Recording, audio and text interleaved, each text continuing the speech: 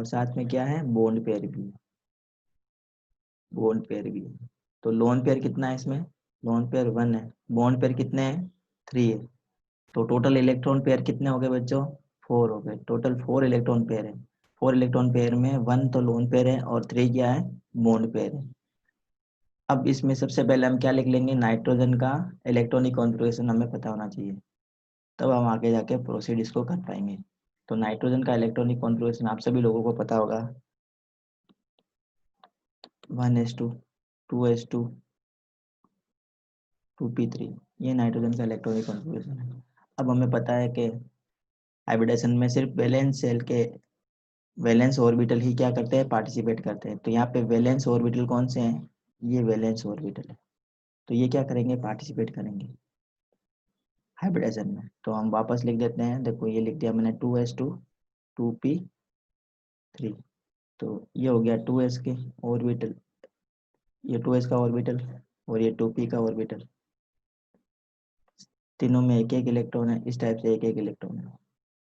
अब यहाँ पे ध्यान देंगे, अब ये जो नाइट्रोजन है कितना हाइड्रोजन से जुड़ रहा है, नाइट्रोजन 3 हाइड्रोजन से जुड़ रहा है, 3 हाइड्रोजन से जुड़ रहा है ये नाइट्रोजन। ये 3 हाइड्रोजन से जुड़ेगा तो हाइड्रोजन के पास में कितने इलेक्ट्रॉन होते हैं, सिर्फ एक एक इलेक्ट्रॉन होता है। तो ये किस टाइप से बॉन्ड बनाएंगे, अब देखो ध्यान देंगे, हाइब्रिडेशन में एक तो s का ऑर्बिटल काम आएगा, हाइब्रिडेशन जब करेंगे तो एक s का ऑर्बिटल काम आएगा और p के 3 ऑर्बिटल काम आएंगे, s का एक ऑर्बिटल, p के तीनों ऑर्बिटल काम आएंगे। और हाइब्रिड करके किस टाइप का हाइब्रिडेशन बना लेंगे, sp3 टाइप का हाइब्रिडेशन बनाएंगे।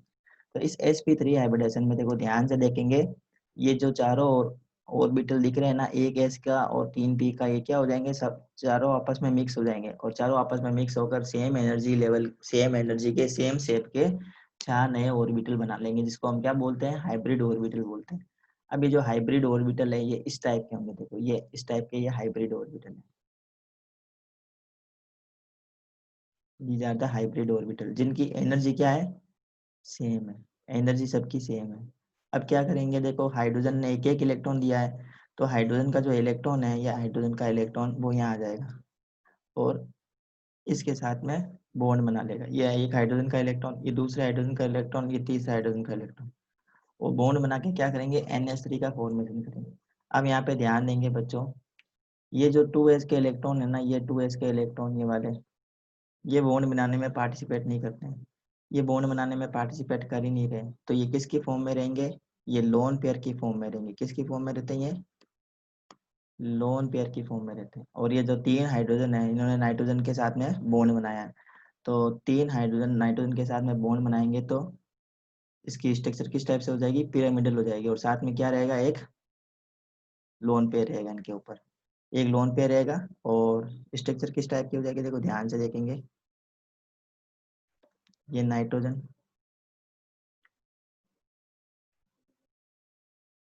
यहाँ पे हाइड्रोजन, ये हाइड्रोजन और ये हाइड्रोजन, और नाइट्रोजन के पास में क्या है, लोन पेयर ऑफ इलेक्ट्रॉन है, तो ये हो गया नाइट्रोजन के पास में लोन पेयर ऑफ इलेक्ट्रॉन।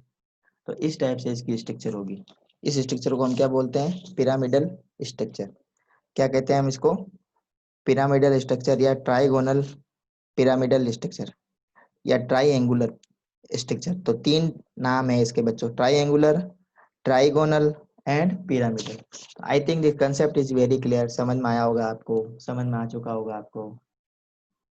तो चलिए आगे बढ़ लेते हैं, समझ में आ गया तो बहुत अच्छी बात है। अगर आपको समझ में नहीं आया तो चैट बॉक्स में लिख के दे देना, कहिए सर वापस रिपीट करो, मैं वापस बता दूंगा। ठीक है, तो इस टाइप की स्ट्रक्चर हो गई अमोनिया की, ये अमोनिया की स्ट्रक्चर। और इसमें हाइब्रिडेशन कैसा है बच्चों, sp3। अब यहाँ पे ध्यान देना है, अब हाइब्रिडेशन sp3 है तो इसमें बॉन्ड बॉन्ड पेयर कितने हैं, बॉन्ड पेयर कितने हैं बच्चों, जल्दी से लिख के बताओ चैट बॉक्स में, बॉन्ड पेयर कितने हैं, बॉन्ड पेयर इसमें 3 है। लोन पेयर कितना है इसमें, लोन पेयर 1 है। टोटल इलेक्ट्रॉन पेयर कितने हैं बच्चों, 4 है।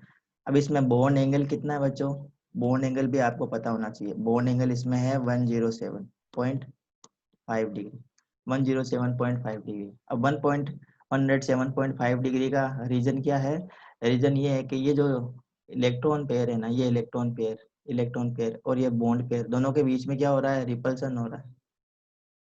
ड्यू टू रिपल्सन ये क्या होता है, बॉन्ड थोड़ा सा श्रिंक हो जाता है और छोटा हो जाता है। कितना होना चाहिए ये बॉन्ड? 109 डिग्री 28 मिनट का होना चाहिए। लेकिन due to repulsion between lone pair and bond pair the bond shrink and become 107.5 डिग्री। तो ये समझ में आ गया होगा आपको structure of molecule containing bond pair as well as lone pair. तो ये एक हमने स्ट्रक्चर देख ली। एक और स्ट्रक्चर हम देख लेते हैं बच्चों, इंपॉर्टेंट स्ट्रक्चर है जो कि वाटर की स्ट्रक्चर देख लेते हैं, वाटर मॉलिक्यूल की structure and shape of structure and shape of H2O, ये हम देख लेते हैं। तो इसमें भी हाइब्रिडेशन कैसा होता है बच्चों? इसमें भी sp3 हाइब्रिडेशन होता है, इसमें भी sp3 हाइब्रिडेशन है।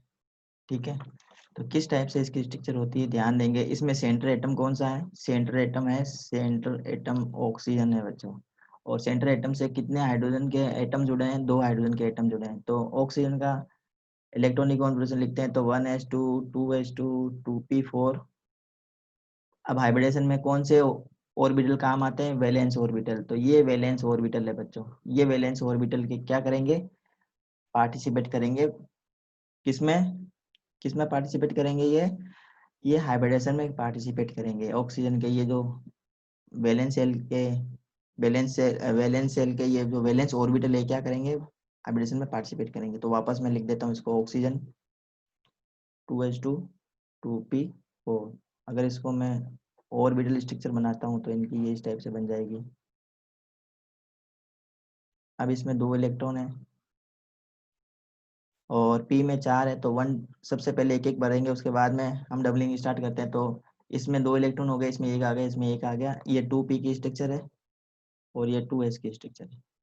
अब यहाँ पे ध्यान देंगे, देखो ऑक्सीजन से कितने हाइड्रोजन जुड़े हैं यहाँ पे वाटर में? ऑक्सीजन से कितने हाइड्रोजन जुड़े हैं? सिर्फ 2 हाइड्रोजन जुड़े हैं। अब क्या होगा, ये देखो ये वैलेंस शेल के जो वैलेंस ऑर्बिटल है ये क्या करेंगे? हाइब्रिडेशन में पार्टिसिपेट करेंगे। ये 4 ऑर्बिटल क्या करेंगे? हाइब्रिडेशन में पार्टिसिपेट करेंगे और ये चारों ऑर्बिटल आपस में मिक्स हो जाएंगे और क्या करेंगे? सेम एनर्जी लेवल के कितने ऑर्बिटल बना लेंगे बच्चों? 4 ऑर्बिटल बना लेंगे। तो अब ये देखो किस टाइप से इनका हाइब्रिडेशन होता है। देखो ये अब ये बन गया हमारे पास में हाइब्रिड ऑर्बिटल, जिनकी एनर्जी सेम है, और शेप भी सेम है। एनर्जी सेम है और शेप भी सेम है। तो किस टाइप से इसको बना सकते हैं? देखो ध्यान से देखेंगे, ये 1s ये हो गया बच्चों हमारे पास में 2s का। ठीक है, और ये 2p में तीनों में क्या क्या है? क्या है बच्चों? ये 2p के ऑर्बिटल। ये हो गया 2s और ये हो गया 2p के ऑर्बिटल। इसमें 2 इलेक्ट्रॉन, इसमें 1 इलेक्ट्रॉन, इसमें 1 इलेक्ट्रॉन।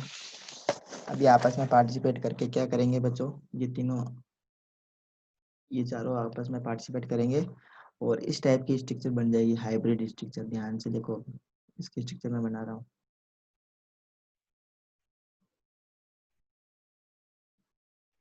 ठीक है, इस टाइप की इनकी स्ट्रक्चर बनेगी। ये इनकी स्ट्रक्चर बन गई।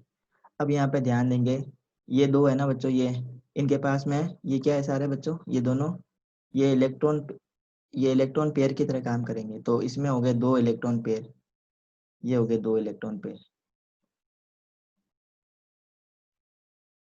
ठीक है, अब ये लोन पेयर की तरह काम कर रहे हैं। अब इनके पास में एक एक इलेक्ट्रॉन है, ये देखो ये एक एक इलेक्ट्रॉन, ये सिंगल सिंगल इलेक्ट्रॉन। अब ये सिंगल सिंगल इलेक्ट्रॉन क्या करेंगे? हाइड्रोजन से एक पार्ट बॉन्ड बनाएंगे। तो हाइड्रोजन से इस टाइप से ये बॉन्ड बना लेंगे। ये देखो ये इस टाइप से हाइड्रोजन ऐसे जुड़ जाएगा, यहाँ पे हाइड्रोजन ऐसे जुड़ जाएगा, ये हाइड्रोजन का इलेक्ट्रॉन, ये हाइड्रोजन का इलेक्ट्रॉन। तो यहाँ पे एक बॉन्ड बन जाएगा, यहाँ एक बॉन्ड बन जाएगा। तो ये स्ट्रक्चर आपको समझ में आ गई? स्ट्रक्चर समझ में आ गई आपको?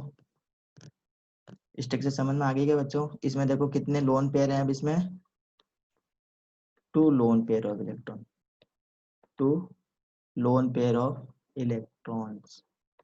और बॉन्ड पेयर कितने हैं? बॉन्ड पेयर है 2, बॉन्ड पेयर भी है 2। तो 2 लोन पेयर हो गए, 2 बॉन्ड पेयर हो गए इसमें। तो अब इसकी हम स्ट्रक्चर बना लेते हैं, बॉन्ड लाइन स्ट्रक्चर। तो इसकी बॉन्ड लाइन स्ट्रक्चर इस टाइप से बनाएंगे।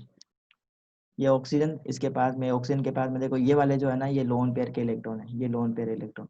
अब इन लोन पेयर इलेक्ट्रॉन को हम इस टाइप से देखो रिप्रेजेंट कर देंगे, ये के लोन पेयर, ये के लोन पेयर। और लोन पेयर में क्या है, इलेक्ट्रॉन्स है, ये lone pair electron, lone pair electron, ठीक है। अब हमें पता है कि लोन पेयर और लोन पेयर के इलेक्ट्रॉन में सबसे ज़्यादा रिपल्सन होता है, उसके बाद में लोन पेयर और बॉन्ड पेयर के इलेक्ट्रॉन में रिपल्सन होता है, और सबसे कम रिपल्सन किस में होता है, बॉन्ड पेयर और बॉन्ड पेयर के बीच में होता है। तो ये रिपल्सन सबसे ज़्यादा है। रिपल्सन ज़्यादा होने की वजह से ये जो बॉन्ड एंगल है, बॉन्ड एंगल जो एक्चुअल में कितना होना चाहिए था, 109 डिग्री 28 मिनट का होना चाहिए था, ये क्या हो जाएगा, श्रिंक होकर कितना हो जाएगा बच्चों, 104 डिग्री हो जाएगा। रीजन क्या है, repulsion between lone pair and lone pair, ये एंगल कम हो जाएगा बच्चों, ये वाला एंगल कितना रह जाएगा, 104 डिग्री रह जाएगा। कंसेप्ट समझ में आ गया आपको। ये हमने बताया बच्चों structure and shape of water molecule. तो वाटर के मॉलिक्यूल में दो तो होते हैं बॉन्ड पेयर, और दो क्या होते हैं इसमें, इलेक्ट्रॉन पेयर होते हैं। इलेक्ट्रॉन मतलब इलेक्ट्रॉन पेयर किस फॉर्म में रहते हैं, ये लोन पेयर के फॉर्म में रहते हैं। दो इसमें बॉन्ड पेयर होते हैं और दो इसमें क्या होता है, लोन पेयर होते हैं, लोन पेयर ऑफ इलेक्ट्रॉन। तो टोटल इलेक्ट्रॉन पेयर कितने हो गए बच्चों, 4 इलेक्ट्रॉन पेयर हो गए according to VSEPR theory. Concept समझ में आया, कंसेप्ट समझ में आ गया। तो एक लास्ट और एग्जांपल देख लेते हैं, फिर हम न्यू टॉपिक स्टार्ट करते हैं आज का। तो एक एग्जांपल देख लेते हैं बच्चों, ClF3 का, CL ClF3।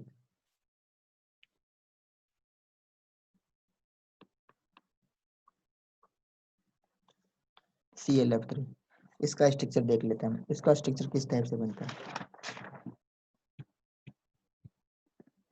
तो इसमें जो हाइब्रिडेशन है बच्चों, इसमें हाइब्रिडेशन होता है sp3d। किस टाइप का हाइब्रिडेशन होता है बच्चों, sp3d हाइब्रिडेशन होता है। अब यहाँ पे जो फ्लोरीन, ये जो क्लोरीन है ना, क्लोरीन यहाँ पे क्या है, सेंटर एटम है, सेंटर एटम है क्लोरीन एटम। और क्लोरीन एटम से कितने फ्लोरीन के एटम्स जुड़े हुए हैं, 3 फ्लोरीन के एटम जुड़े हैं। तो क्लोरीन का इलेक्ट्रॉनिक कॉन्फ़िगरेशन लिखो आप, 1s2 2s2 2p6 3s2 3p5। तो ये वैलेंस सेल के, ये वैलेंस ऑर्बिटल है, these are the valence orbital, और ये वैलेंस ऑर्बिटल पार्टिसिपेट करेंगे हाइब्रिडेशन में। तो लिखो 3s2 3p5, इनके वो ऑर्बिटल बनाओ, ये 3s का ऑर्बिटल, और ये हो गए 3p के ऑर्बिटल। कितने इलेक्ट्रॉन, इसमें दो, ये दो हो गए, 1 2 3, और 5 करने ना, तो ये 4 और ये 5, ये हो गए 5 इलेक्ट्रॉन। अब यहाँ पे ध्यान देंगे बच्चों, ये जो क्लोरीन है ना बच्चों, इसमें 3D ऑर्बिटल भी होता है, 3D ऑर्बिटल भी होता है। वो 3D ऑर्बिटल कैसा होता है, एम्प्टी होता है, एम्प्टी ऑर्बिटल्स मिलते हैं किसमें, क्लोरीन में। तो डी के अंदर 5 ऑर्बिटल होते हैं, आपको पता होना चाहिए। तो क्या होगा, ये जो अब देखो बॉन्ड, क्लोरीन किससे बॉन्ड बनाएगा, क्लोरीन बॉन्ड बना रही है 3 फ्लोरीन से, 3 फ्लोरीन से क्लोरीन बॉन्ड बना रही है। अब 3 क्लोरीन को ऐड करवाने के लिए क्या होने चाहिए, इसके पास में उतने ही नंबर में अनपेयर इलेक्ट्रॉन होने चाहिए। जबकि अभी इसके पास में कितना अनपेयर इलेक्ट्रॉन है, क्लोरीन के पास में सिर्फ 1 अनपेयर इलेक्ट्रॉन है, 1 अनपेयर ऑफ इलेक्ट्रॉन, ठीक है। क्लोरीन को 3 अनपेयर इलेक्ट्रॉन करने हैं, तो क्या करना होगा, क्लोरीन को एक्साइटेड स्टेट में आना होगा। ये इसकी ग्राउंड स्टेट है, ठीक है, इसकी ग्राउंड स्टेट है। जब क्लोरीन एक्साइटेड स्टेट में आएगी, ये एक्साइटेड स्टेट, तो देखो किस टाइप की स्ट्रक्चर हो जाएगी, 1 2 3 4 और 5, ये 5 ऑर्बिटल हो गए 3D के, ये हो गए 3p के, और ये हो गया 3s के। तो 3s में कितने इलेक्ट्रॉन है, 2 इलेक्ट्रॉन है, ये 2 इलेक्ट्रॉन। और p में कितने इलेक्ट्रॉन है, p में 5 इलेक्ट्रॉन है। देखो मैं इसमें लिख देता हूँ 1 2 3 4 और 5 इलेक्ट्रॉन इसमें मैं फिल करूंगा, ठीक है। अब देखो इसमें क्या होता है, ये वाला जो इलेक्ट्रॉन है ना, एक्साइटेड होकर किस में आ जाएगा, 3D के अंदर आ जाएगा। तो ये 3D में एक्साइटेड होकर आएगा, तो ये इलेक्ट्रॉन यहाँ आ गया, देखो यहाँ आ गया ना। अब देखो क्लोरीन क्या करेगी, अब हाइब्रिड करेगी। क्लोरीन के ये तो ऑर्बिटल्स है ना, कौन कौन से, 3s का एक, 3p के 3, और d का n एक, आपस में पार्टिसिपेट करेंगे, आपस में हाइब्रिड हो जाएंगे, आपस में इंटरमिक्स होंगे। 3s का एक ऑर्बिटल 3p के 3 ऑर्बिटल और 3d का एक ऑर्बिटल क्या करेंगे, आपस में हाइब्रिडेशन करेंगे। क्या करेंगे, हाइब्रिडेशन। और हाइब्रिडेशन करके उतने ही नंबर में क्या करेंगे, सेम नंबर में हाइब्रिड ऑर्बिटल बनाएंगे। Hybrid orbital. तो कितने हाइब्रिड ऑर्बिटल बनेंगे बच्चों, कितने ऑर्बिटल पार्टिसिपेट कर रहे हैं हाइब्रिडेशन में, 5 कर रहे हैं। देखो एक, ये 3 और ये एक, टोटल 5 ऑर्बिटल क्या कर रहे हैं, हाइब्रिडेशन में पार्टिसिपेट कर रहे हैं। तो जो हाइब्रिड ऑर्बिटल बनेंगे वो कितने बनेंगे नंबर में, वो 5 ऑर्बिटल बनेंगे नंबर में। ये बात समझ में आ गई आपको। अब इनका हाइब्रिडेशन क्या होगा बच्चों, देखो एक तो एस काम आ रहा है, ध्यान देंगे। एक एस, पी के 3 आ रहे हैं और डी का 1 आ रहा है। तो हाइब्रिडेशन क्या हो गया, sp3d आया। समझ में आया कैसे आया हाइब्रिडेशन sp3d। एस का एक, देखो एस का एक, पी के 3 और डी का 1। तो एस का एक लिखने की जरूरत नहीं है, पी के 3, ये 3 लिखे हुए हैं, डी का एक मतलब डी लिखा हुआ है, ये एक लिखने की जरूरत नहीं है। तो sp3d ये इसका हाइब्रिडेशन है। तो ये आपस में क्या करेंगे, हाइब्रिड हो जाएंगे, ये आपस में हाइब्रिडेशन करेंगे। अब ये देखो, ये हाइब्रिड ऑर्बिटल बन गए। सपोज ये हमारे पास में क्या बन गया, अब हाइब्रिड ऑर्बिटल बन गए। अब ये आया फ्लोरीन। तो फ्लोरीन के पास में हमें पता है इलेक्ट्रॉन होगा पेयरिंग करने के लिए, क्योंकि इनके पास में तो 7 इलेक्ट्रॉन होते हैं वैलेंस इलेक्ट्रॉन में। इनके पास में 7 इलेक्ट्रॉन है, वैलेंस इलेक्ट्रॉन 7 वैलेंस इलेक्ट्रॉन है। तो ये एक इलेक्ट्रॉन की क्या करेगा, पेयरिंग करेगा, यहाँ से ऐसे ऐसे पेयरिंग करेगा। ठीक है, ये एक एक इलेक्ट्रॉन यहाँ जाएगा और पेयरिंग कर लेगा। तो पेयरिंग करेगा तो क्या बन जाएगा बच्चों, ClF3 की स्ट्रक्चर बन जाएगी। अब इसमें आपको ध्यान देने वाली बात क्या है बच्चों, इसमें लोन पेयर कितने हैं ये ध्यान देना आपको। कितने हैं इसमें लोन पेयर और बॉन्ड पेयर कितने हैं। लोन पेयर कितने हैं, बॉन्ड पेयर कितने हैं और इलेक्ट्रॉन पेयर कितने हैं, ये बताओ मुझे। और इलेक्ट्रॉन पेयर कितने हैं। तो लोन पेयर कितने बच्चों इसमें, लोन पेयर 2 है। कौन से दो, कौन कौन से दो, एक तो ये रहा, एक ये रहा, ये 2 लोन पेयर है। बॉन्ड पेयर कौन कौन से बन के बच्चों, बॉन्ड किसके साथ में बनाया, क्लोरीन ने, क्लोरीन के साथ में बॉन्ड बनाया ना। तो एक तो ये बॉन्ड पेयर है, ठीक है, एक ये बॉन्ड पेयर है, एक ये बॉन्ड पेयर है और एक ये बॉन्ड पेयर है। कितने बॉन्ड पेयर हो गए, 3 हो गए। इलेक्ट्रॉन पेयर कितने हो गए बच्चों, इलेक्ट्रॉन पेयर काउंट करना है तो लोन पेयर और बॉन्ड पेयर दोनों को ऐड कर दो, तो इलेक्ट्रॉन पेयर कितने हो गए, 5 हो गए। अब इसकी स्ट्रक्चर देखते हैं कैसे इसकी स्ट्रक्चर होगी। तो देखो इसकी स्ट्रक्चर बनाओ, बीच में तो ये क्लोरीन।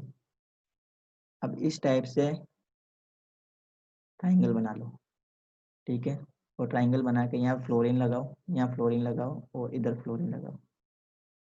इस टाइप से इसकी स्ट्रक्चर बनानी है, ठीक है। इस टाइप से इसकी स्ट्रक्चर बनाओ। और अब क्या करना है बच्चों, लोन पेयर इसके पास में लोन पेयर ऑफ इलेक्ट्रॉन कितने हैं बच्चों, लोन पेयर ऑफ इलेक्ट्रॉन अभी हमने देखे थे, इसके पास में 2 लोन पेयर ऑफ इलेक्ट्रॉन। तो ये हमने लगा दिया लोन पेयर ऑफ इलेक्ट्रॉन, ये इसकी स्ट्रक्चर। अब यहाँ पे ये ध्यान देना बच्चों के इसमें कौन सी स्ट्रक्चर सबसे ज्यादा स्टेबल, देखो कौन, देखो एक तो ये स्ट्रक्चर बन सकती है इसकी, एक कौन सी स्ट्रक्चर बनती है ध्यान देना। इसमें 3 स्ट्रक्चर बनेगी बच्चों, 3 स्ट्रक्चर में से सिर्फ एक ही जो स्ट्रक्चर होगी वो ज्यादा स्टेबल होगी, बाकी 2 स्ट्रक्चर ज्यादा स्टेबल नहीं होगी। देखो ध्यान से देखेंगे, ये वाली एक स्ट्रक्चर यहाँ, अब क्या करें, लोन पेयर यहाँ लगा दो और यहाँ पे लगा दो फ्लोरीन, फ्लोरीन और फ्लोरीन, इस टाइप से। अब तीसरे स्ट्रक्चर में अब क्या कर सकते हैं हम चेंजेस थोड़ा सा, अब तीसरे स्ट्रक्चर में हम चेंजेस ये कर सकते हैं, ये ध्यान देंगे।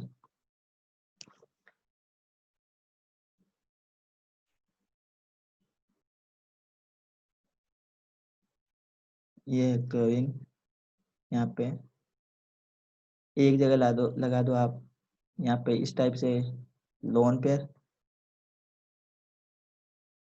यहाँ पे भी लगा दो आप लोन पेयर, और बाकी जो 3 कॉर्नर बचे हैं यहाँ पे आप जोड़ दो फ्लोरीन।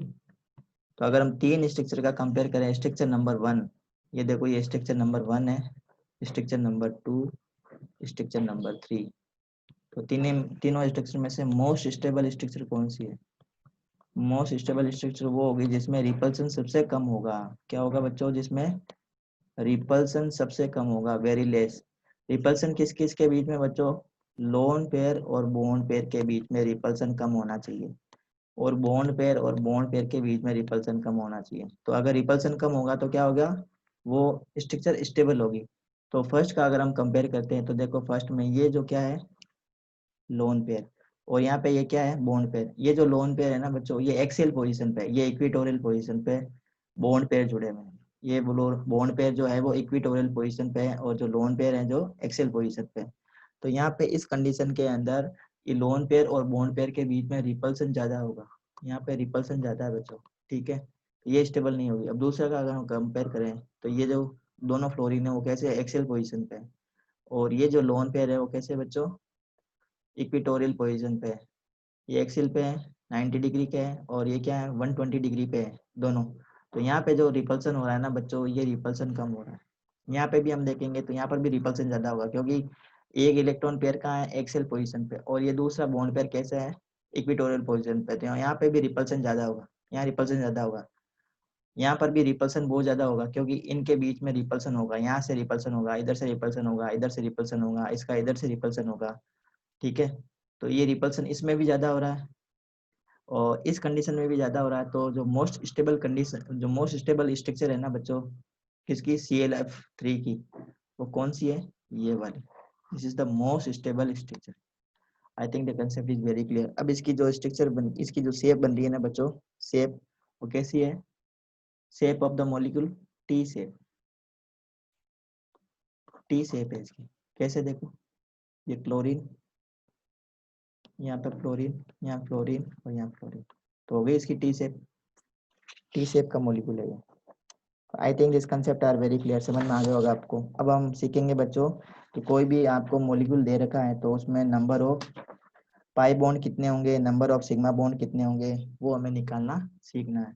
तो वो हम चलिए सीख लेते हैं बच्चों। Number of pi bond and sigma bond in A molecule, ये भी बहुत इंपॉर्टेंट टॉपिक है। कैलकुलेशन ऑफ, बहुत सिंपल है, calculation of sigma and pi bond. तो सिग्मा और पाई बॉन्ड किसके एग्जांपल है बच्चों, कोवलेंट बॉन्ड है ये। आपको पता होगा कोवलेंट बॉन्ड दो टाइप के होते हैं, कैसे, सिग्मा बॉन्ड होता है एक तो, और एक होता है पाई बॉन्ड। सिग्मा बॉन्ड कब होता है, कब होता है सिग्मा बॉन्ड, जब ऑर्बिटल्स क्या करें, ऑर्बिटल्स क्या करें एक्सियल ओवरलैप करते हैं, क्या करते हैं एक्सियल ओवरलैप, तो सिग्मा बॉन्ड बनता है। पाई बॉन्ड कब बनता है, जब ऑर्बिटल्स साइडवेज ओवरलैप करते हैं, साइडवेज ओवरलैप करेंगे तो पाई बॉन्ड बनता है। दोनों में अगर हम कंपेयर करें सिग्मा बॉन्ड और पाई बॉन्ड, दोनों में स्ट्रेंथ के अगर कंपेयर करें तो जो सिग्मा बॉन्ड है ना, sigma bond is very strong as compare to, as compare to pi bond. Pi bond के कंपैरिजन में सिग्मा बॉन्ड ज्यादा स्ट्रॉन्ग होता है। अब एक और बात ध्यान देनी है, pi bond formed only, only if there is already sigma bond is present in the molecule। अब ध्यान देना बच्चों, तो ये जो सिग्मा बॉन्ड है ना, सिग्मा बॉन्ड तो आराम से एक्सेल ओवर जो ऑर्बिटल्स होते हैं वो अगर एक्सेल ओवरलैप करते हैं, हेड टू हेड ओवरलैप करते हैं तो सिग्मा बॉन्ड बन जाएगा, सिग्मा बॉन्ड बन जाएगा। लेकिन पाई बॉन्ड को बनाने के लिए क्या चाहिए हमें, ऑर्बिटल्स किस टाइप से ओवरलैपिंग होनी चाहिए, साइडवेज ओवरलैपिंग होनी चाहिए। दूसरा क्या है इसमें इंपॉर्टेंट बात, कि जो पाई बॉन्ड होते हैं वो वीक होते हैं, सिग्मा बॉन्ड स्ट्रॉन्ग होते हैं। अब तीसरी बात क्या है, पाई बॉन्ड हमेशा कब बनेंगे, जब पहले से सिग्मा बॉन्ड बना हुआ होगा। अगर किसी मॉलिक्यूल में सिग्मा बॉन्ड है ही नहीं और आप बोलते हो कि इसमें पाई बॉन्ड बन गया, तो पाई बॉन्ड कभी भी नहीं बनता है। पहले सिग्मा बॉन्ड बनेगा, सिग्मा बॉन्ड बनने के बाद में ही पाई बॉन्ड बनता है।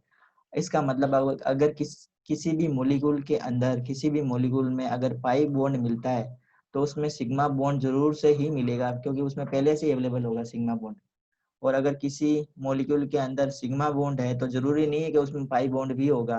क्योंकि सिग्मा बॉन्ड बनता है एक्सियल ओवरलैप से। अगर सिंगल कोवलेंट बॉन्ड होता है ना, सिंगल कोवलेंट बॉन्ड होता है तो single covalent bond sigma bond ही होता है। अगर डबल कोवलेंट बॉन्ड होता है तो एक सिग्मा होता है और एक पाई बॉन्ड होता है, ध्यान देना।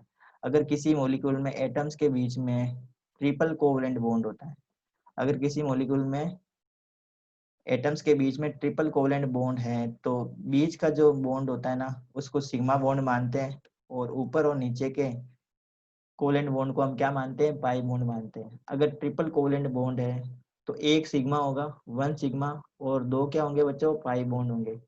अगर डबल बॉन्ड है तो एक सिग्मा होगा और एक क्या होगा, पाई बॉन्ड है। अगर सिर्फ सिंगल कोवलेंट बॉन्ड है तो हमेशा कौन सा होगा बॉन्ड, सिग्मा बॉन्ड होगा। ये कंसेप्ट आपको समझ में आ चुका होगा। अगर समझ में आ चुका है तो चैट बॉक्स में लिख के बताओ, हाँ सर समझ में आया हमें। जल्दी से लिख के बताओ बच्चों। दोनों के बीच में क्या है बच्चों, दोनों के बीच में एक सिंगल कोवलेंट बॉन्ड है। एक हाइड्रोजन इधर है, एक हाइड्रोजन इधर है, H2 का मॉलिक्यूल बता रहा हूँ। तो दोनों के बीच में अगर सिंगल कोवलेंट बॉन्ड होगा तो सिंगल कोवलेंट बॉन्ड का कौन सा होगा, वो कौन सा टाइप होगा, वो सिग्मा कोवलेंट बॉन्ड होगा। इसी टाइप से अगर O2 की बात करते हैं, ऑक्सीजन मॉलिक्यूल की, तो ऑक्सीजन मॉलिक्यूल में दो ऑक्सीजन के क्या होंगे, एटम्स होंगे, और दोनों ऑक्सीजन के एटम्स इस टाइप से जुड़े रहेंगे। एक इस साइड में ऑक्सीजन का एटम है, दूसरा इस साइड में ऑक्सीजन का एटम है, और दोनों के बीच में क्या होगा बच्चों, डबल कोवलेंट बॉन्ड होगा। ये डबल कोवलेंट बॉन्ड। अब डबल कोवलेंट बॉन्ड में एक होता है, एक बॉन्ड जो होता है वो होता है सिग्मा बॉन्ड, और दूसरा बॉन्ड होता है पाई बॉन्ड, ठीक है। अगर हम बात करते हैं नाइट्रोजन के मॉलिक्यूल की, नाइट्रोजन का मॉलिक्यूल, तो नाइट्रोजन के मॉलिक्यूल में नाइट्रोजन और नाइट्रोजन के दो एटम है, उनके बीच में क्या होते हैं, ट्रिपल कोवलेंट बॉन्ड होते हैं इस टाइप से, ट्रिपल कोवलेंट बॉन्ड। इस यहाँ पे नाइट्रोजन है, इस साइड में भी नाइट्रोजन है, दोनों नाइट्रोजन के बीच में क्या होगा, ट्रिपल कोवलेंट बॉन्ड होगा। अब ट्रिपल कोवलेंट बॉन्ड होता है ना, तो कंसीडर क्या करते हैं हम, कि जो बीच का बॉन्ड है वो होता है सिग्मा बॉन्ड, और ऊपर का बॉन्ड और नीचे का बॉन्ड ये क्या होते हैं बच्चों, पाई बॉन्ड होते हैं।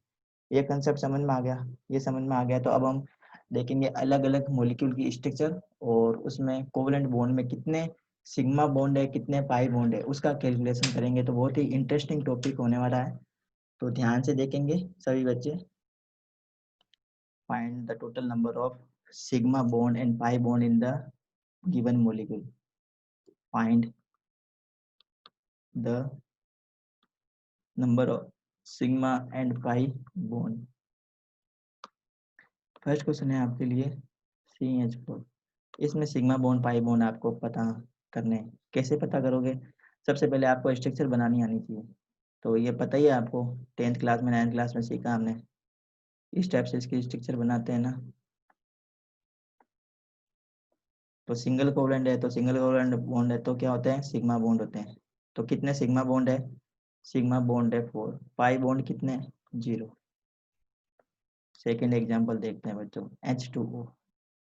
अब H2O का मोलिक्यूल है, तो हमें पता है ऑक्सीजन अभी हमें सीख के आए हैं, और ये हाइड्रोजन और ये हाइड्रोजन, ये यहाँ पे इसके लोन पे ऑक्सीजन के पास में।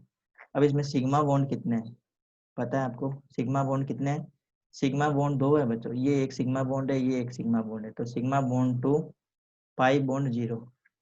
इसी टाइप से अगर हम ऑक्सीजन की बात करते हैं, अभी मैंने एग्जांपल दिया था ऑक्सीजन, तो ऑक्सीजन और ऑक्सीजन के बीच में डबल कोवलेंट बॉन्ड होता है। तो डबल कोवलेंट बॉन्ड है तो एक सिग्मा बॉन्ड है और दूसरा कौन सा बॉन्ड है बच्चों, दूसरा पाई बॉन्ड है, तो ये पाई बॉन्ड। तो अगर काउंट करना पड़े तो सिग्मा बॉन्ड 1 है, पाई बॉन्ड क्या है बच्चों, 1 है।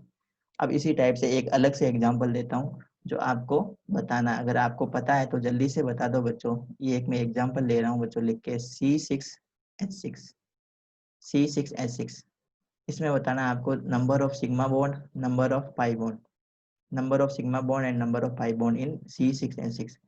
C6H6 का मतलब है बेंजीन। ये बेंजीन का मोलिकुलर फॉर्मूला है C6H6। तो जल्दी से इसमें पाई बॉन्ड और सिग्मा बॉन्ड निकाल के बताओ। हाँ बताओ जल्दी से, जल्दी से लिखो। हाँ, किसी ने बताया 6 सिग्मा बॉन्ड है, संजीव ने बताया। हाँ और आगो, और बताओ बच्चों। साहिल ने भी 6 सिग्मा बॉन्ड बताए हैं। अब पाई बॉन्ड भी बताओ बच्चों, पाई बॉन्ड भी बताओ, पाई बॉन्ड भी बताओ, पाई बॉन्ड बताओ जल्दी।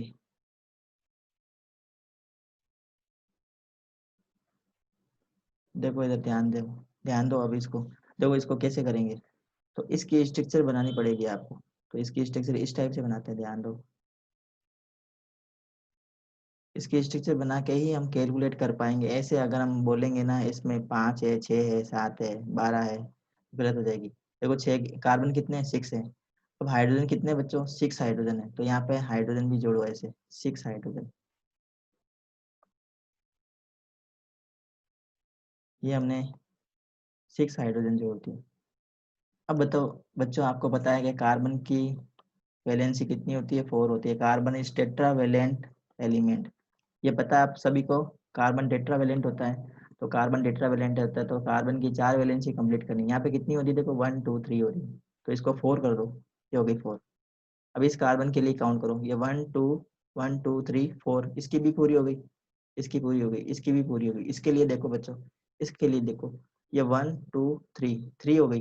तो अब इसके लिए करनी है, तो यहाँ कर दो ऐसे, बॉन्ड लगा दो, तो इसकी भी हो गई ना 4, देखो इसकी भी हो गई 1 2 3 4। अब इस कार्बन के लिए चेक करो, 1 2 3 4, इसके लिए भी 4 हो गई। अब इसके लिए चेक चेक करो बच्चों, इसके लिए आप चेक करो, तो ये 1 2 3 3 हो गई, तो यहाँ पे एक बॉन्ड लगा दो, यहाँ बॉन्ड लगा देंगे तो इस कार्बन के लिए भी 4 वैलेंसी कंप्लीट हो गई। इसके लिए चेक करेंगे तो 1 2 3 4, इसके लिए भी कंप्लीट हो गई, इसके लिए तो पहले से कंप्लीट ही थी। अब इसमें आप काउंट कर लो सिग्मा बॉन्ड कितने हैं, तो सिग्मा बॉन्ड एक तो ये वाले हैं, देखो ध्यान देंगे, सिग्मा बॉन्ड है 1 2 3 4 5 एंड 6, 6 तो ये सिग्मा बॉन्ड साफ साफ नजर आ रहे हैं हमें ये। उसके बाद में ये 7, ये 8 9 10 11 12, तो सिग्मा हो गए 12। अब पाई भी काउंट कर लो, पाई कौन कौन से हैं, हमें बताया था कि अगर डबल बॉन्ड होता है तो एक सिग्मा होगा और एक पाई होगा, तो ये पाई बॉन्ड है, ये पाई बॉन्ड, ये पाई बॉन्ड। तो पाई बॉन्ड कितने हैं, 3 है।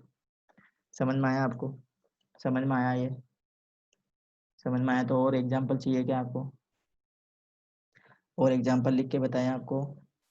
हाँ चलो एक और एग्जाम्पल देते हैं आपको, ताकि और अच्छे से समझ में आए। जैसे ये एक बहुत सिंपल एग्जाम्पल है बच्चों, CH3 इसमें आप करेंगे, इसमें आपको फाइंड करना है सिग्मा बॉन्ड और पाई बॉन्ड कितने होंगे, इसमें आपको फाइंड करना है।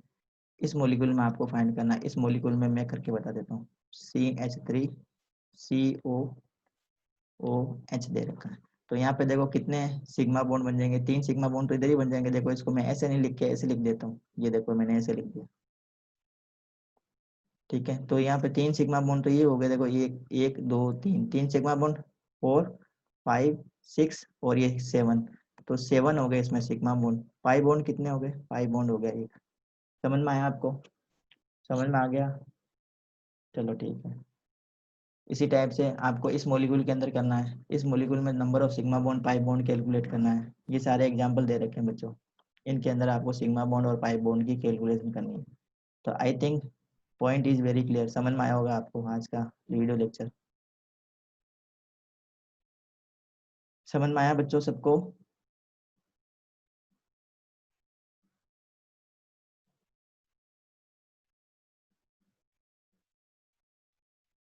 समझ में आया क्या बच्चों सबको।